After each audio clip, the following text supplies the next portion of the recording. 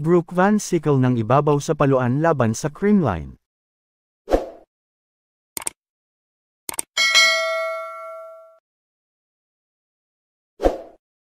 Brooke Van Sickle gumawa ng bagong career-high 29 points kasama na dito ang 23 attacks, 4 na blocks at 2 service aces para pabagsakin ang defending champion na Creamline Cool Smashers 15-25, 25-18, 24-26, 25-19,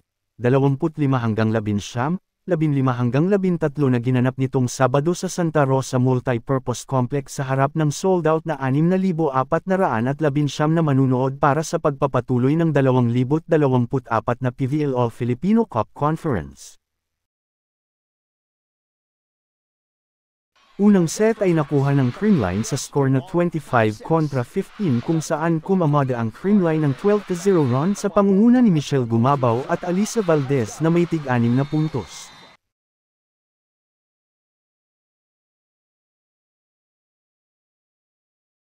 Sa second set ay nagawang nakabawi ng Petrogas 8-2 run sa pangunguna ni Brooke Van Sickle na pumalo ng 13 puntos at sinundan naman ni Jonas Sabot na may 9 na puntos. Natapos ang second set sa score na 18 points para sa Creamline at 25 naman para sa Petrogas.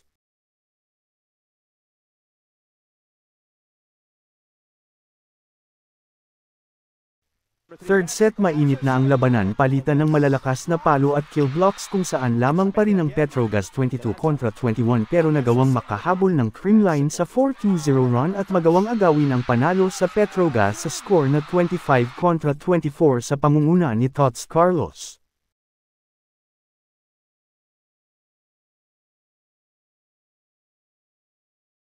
Set 4 hindi nagpadaig ang Petrogas sa pangunguna pa rin ni Van Sickle na mayroon ng 23 points katulong sila Sabot at Pontolas kung saan lamamang ang Petrogas sa atake at depensa na may 5 blocks kaya't natapos ang fourth set sa score na 19 para sa Creamline at 25 para sa Petrogas.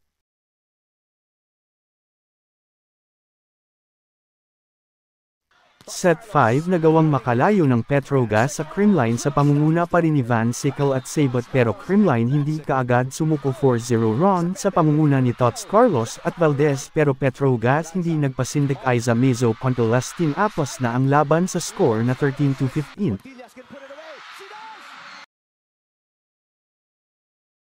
Best player ng laro ay si Brooke Van Sickle na pumalo ng career-high 29 points kasama dito ang 23 attacks, 4 blocks, 2 service aces, 20 excellent receptions at 12 digs. Ito ang unang panalo ng Petrogas sa All-Filipino Cup na umabot sa 5 set at ikalawang panalo laban sa Creamline sa loob ng 19 na laban. Nasa ikalawang pwesto na sa team standing ang Petrogas na may 6 na panalo at 2 talo. Sunod na laban ng Petrogas ay sa ika-16 ng Abril laban sa Signal Head Spikers.